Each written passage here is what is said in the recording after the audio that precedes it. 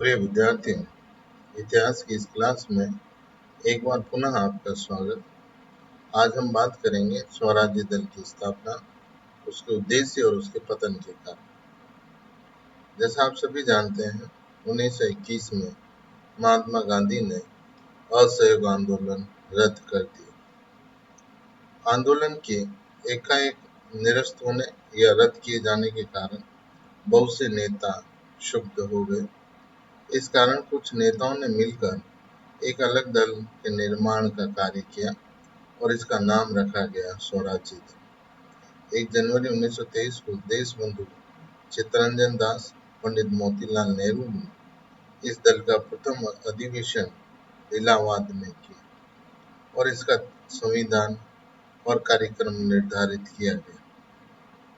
इसके लिखित निम्न उद्देश्य थे: भारत को स्वराज्य दिलाना, दूसरा, परिषद में प्रवेश कर असहयोग आंदोलन के कार्यक्रम को अपनाना, असहयोग आंदोलन को सफल बनाना, सरकार की नीतियों का विरोध करना, उसके कार्यों में अड़ंगा लगाना जिससे उसके कार्य सुचारू रूप से संचालित न हो सके और सरकार अपनी नीतियों में परिवर्तन के लिए विवश हो जाए।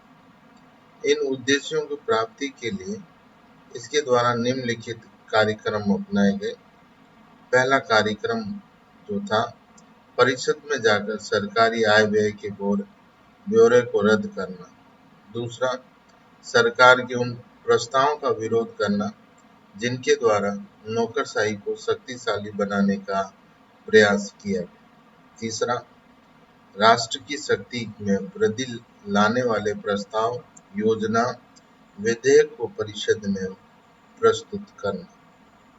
केंद्रीय और प्रांतीय व्यवस्थापिका सभाओं के लिए सभी निर्वाचित स्थानों को घेरने के लिए प्रयत्न करते रहना जिससे कि स्वराज्य दल की नीति को अधिक प्रभावशाली बनाया जा सके। परिषद के बाहर महात्मा गांधी द्वारा निर्धारित रचनात्मक कार्यों में सहयोग प्रदान करना, हमेशा सत्याग्रह के लिए तैयार रहना और यदि आवश्यक हो तो पदों का भी त्याग कर देना।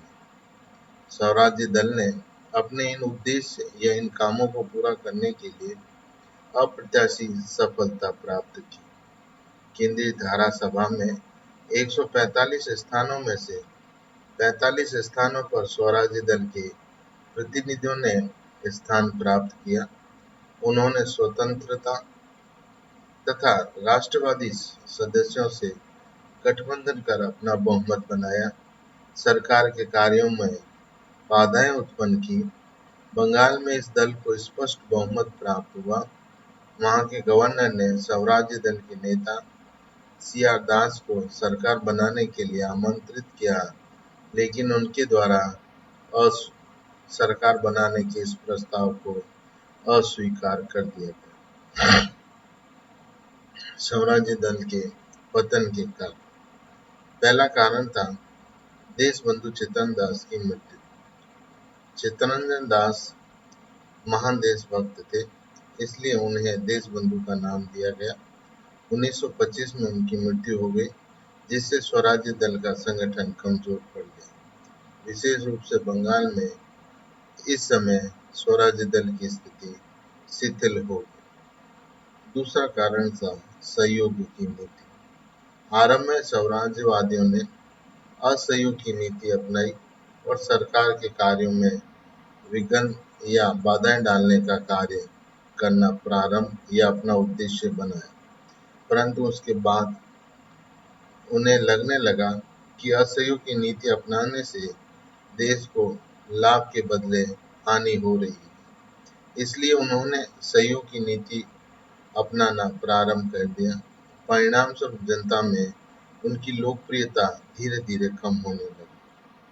तीसरा कारण था स्वराज्य दल में मतभेद उत्पन्न होना। पंडित मोतीलाल नेहरू सरकार से असहयोग करने वालों का नेतृत्व कर रहे थे। दूसरी तरफ बंबई में स्वराज्य दल के नेता सहयोग के पक्ष में आ गए थे। इस प्रकार स्वराज्य दल में मतभेद उत्पन्न हो गए। अगला था 1926 का निर्वाचन। 1926 में निर्वाचन में स्वराज पार्टियों को सफलता प्राप्त नहीं हो सकी। 1923 के निर्वाचन में मिली सफलता के बराबर नहीं थी। इससे पार्टी को बहुत बड़ा धक्का लगा। पांचवा कारण था हिंदूवादी दल की स्थापना। पंडित मदन मोहन मालवीय, लाला लाजपत राय की अवधारणा ये थी कि स्वराज्य दल की अड़ंगा डालो नीति से हिंदुओं को हानि होगी, मुसलमानों को लाभ होगा। ये सोचकर उन्होंने कांग्रेस से हटकर एक नया दल बना लिया और इसके निर्णय से कांग्रेस के साथ साथ स्वराज्य दल को भी झटका लगा। अब हम बात करते हैं स्वराज्य दल के उद्देश्य। स्वराज्य दल का मूल उद्देश्य स्वराज्य प्राप्त करना था। गांधीवादियों का भी यही उद्देश्य था, लेकिन दोनों में स्वराज्य प्राप्ति के साधनों में अंतर था। स्वराज्यवादी गांधी के असहयोग आंदोलन में विश्वास नहीं करते थे।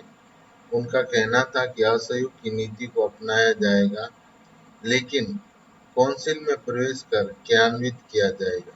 अर्थात स्वराज्यवादियों का लक्ष्य काउंसिल में प्रवेश कर सरकार के कार्यों में बाधा उत्पन्न करना थी, अंदर से उन्हें नष्ट करना था। स्वराज्यवादियों के उद्देश्य को संक्षिप्त में हम इस प्रकार देख सकते हैं। पहला उद्देश्य था भारत के लिए स्वराज्य प्राप्त करना। दूसरा उद्देश्य उस परिपाटी का अंत करना जो अंग्रेजी सत्ता के अधीन भारत में विद्यमान थी। तीसरा, काउंसिल में प्रवेश कर असहयोग कार्यक्रम को अपनाना और असहयोग आंदोलन को सफल बनाना। चौथा, सरकार की नीतियों का विरोध करना, उसमें बाधाएं उत्पन्न करना, उन्हें सुचारू रूप से संचालित नहीं होने देना, सरकार की नीति या सरकार को नीति परिवर्तन के लिए विवश करना। स्वराज्य दल के कार्यक्रम: पहला, सरकारी बजट रद्द करवाना। दूसरा, उन प्रस्तावों का विरोध करना जो नौकरशाही को शक्तिशाली बनाने का प्रयत्न करें। उन प्रस्ताव, योजनाओं और विधेयक को काउंसिल में प्रस्तुत करना जिनके द्वारा राष्ट्र की शक्ति में वृद्धि हो तथा नौकरशाही की शक्ति में कमी हो।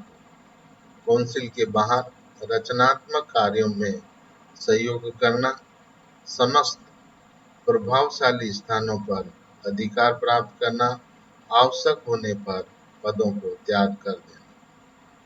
स्वराज्य दल के कार्य: मोंटेफोर्ड सुधार को नष्ट करने के उद्देश्य से स्वराज्यवादियों ने मोतीलाल नेहरू और चित्तरंजन दास के नेतृत्व में 1923 में निर्वाचन में भाग लिया।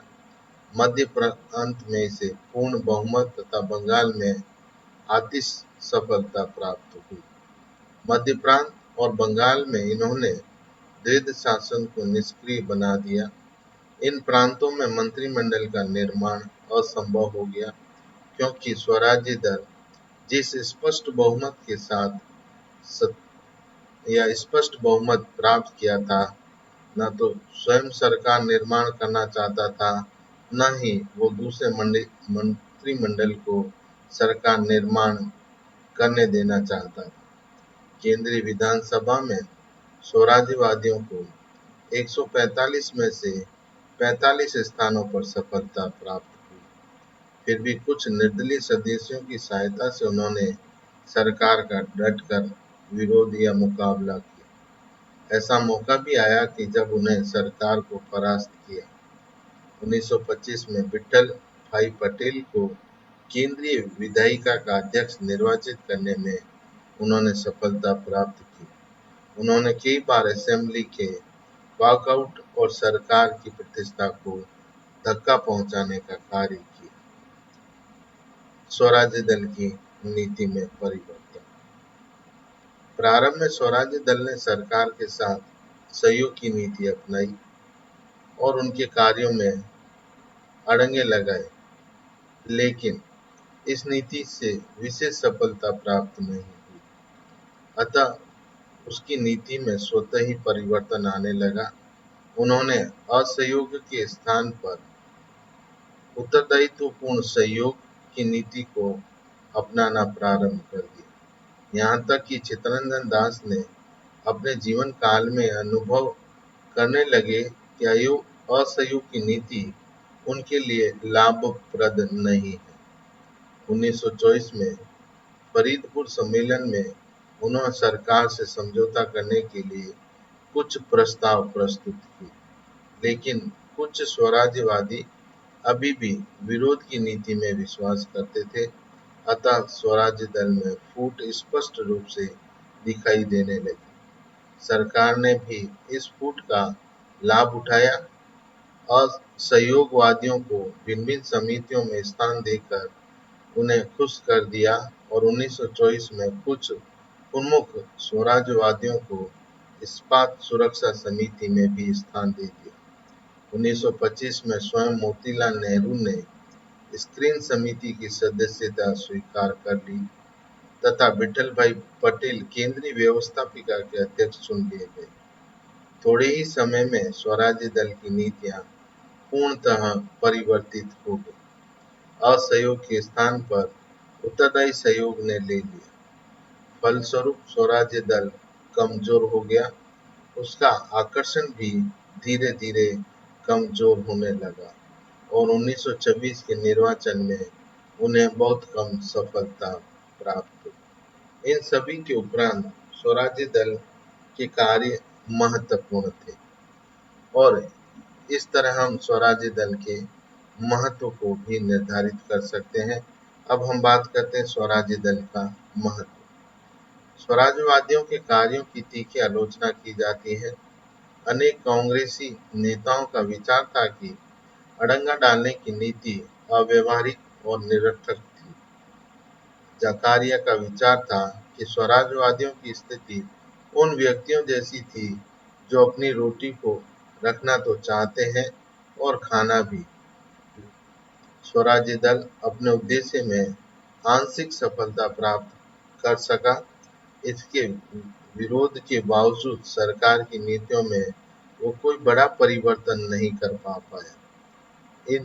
इसके बावजूद इस दल के कार्यों का महत्व इस बात से लगाया जा सकता है कि इसने असहयोग आंदोलन के बाद की शिथिलता के समय में जनता में उत्साह साहस का वातावरण तैयार किया। जिस समय कांग्रेस रचनात्मक कार्यों में व्यस्त थी, गांधी राजनीतिक निर्वासन का जीवन व्यतीत कर रहे थे, उस समय स्वराज्यवादियों ने राष्ट्रीय आंदोलन का नेतृत्व संभाला। अड़ंगावादी नीतियों के परिणाम स्वरूप द्वैध शासन को व्यर्थ कर दिया। साइमन कमीशन को भी ये स्वीकार किया कि वो स्वराज्य दल ही सुसंगठित और अनुशासित दल है, जिसके पास एक सुनिश्चित कार्यक्रम है। संक्षिप्त में स्वराज्य दल ने भारतीय राष्ट्रीय आंदोलन के अंधकारपूर्ण समय में आशा की किरण प्रज्वलित की, जनता में उत्साह और नवीन जीवन का संचार किया। धन्यवाद प्रिय विद्यार्थी।